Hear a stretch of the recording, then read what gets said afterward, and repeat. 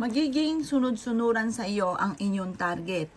Lalo na kung napapansin po ninyo na ang inyong karelasyon ay parang tumatamlay na ang pagtingin sa inyo. Nanlalamig na po siya.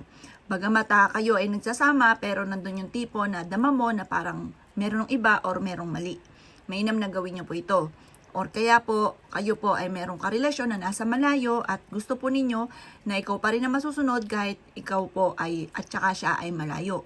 Or kaya po yung anak ninyo na matigas ang ulo. Pwede nyo rin po siyang gawin.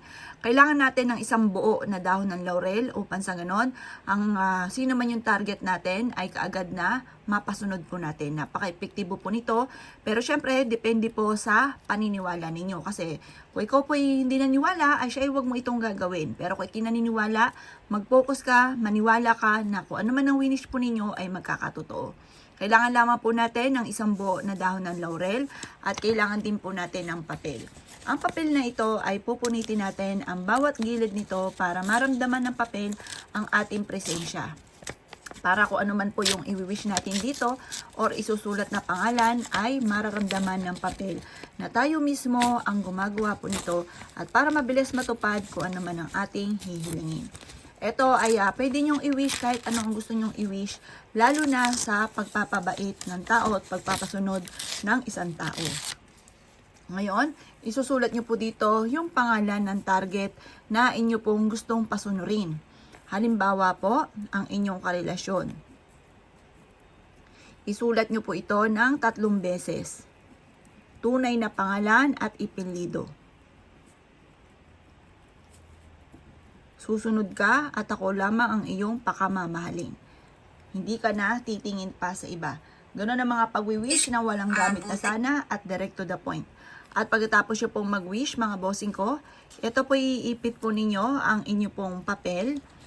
At pagkatapos, pipitikin nyo po ito ng 3 beses. Sabihin nyo po ang pangalan ng inyong karelasyon. Joel Agrimana, Joel Agrimana, Joel Agrimana. Ako lamang at bukod tanging ako lamang ang iyong mamahalin. Ilagay ito sa bote or sa isang malinis na plastic. At pagkatapos ay ibulong nyo sa bote or sa plastic ang inyong nais. Sabihin nyo po dito, ako lang iyong papakamahalin at wala nang iba pa. At pagkatapos po nito, ilalagay nyo po ito sa ilalim ng unan po ninyo. At ito po, ang dulot nito ay lagi kanyang iisipin. Ikaw lang ang bukod tanging niyang mamahalin at wala nang iba pa. Proven po ito mga bossing. Ngayon, basta positive ka lamang at aayudahan mo ito ng laging salitain ng mga magaganda. At ang inyo pong wish po dito ay mabilis matutupad basta ikaw ay naniwala. Ang mabilis na pagtupad, ayan po ay depende sa inyo pong paggawa. Kapag po ikay naniniwala, mabilis tumatalab. Pag mula sa puso ang pag-wish, mabilis tumatalab. Kapag ikay may alilangan, huwag gagawin dahil ito po ay hindi sa pilitan.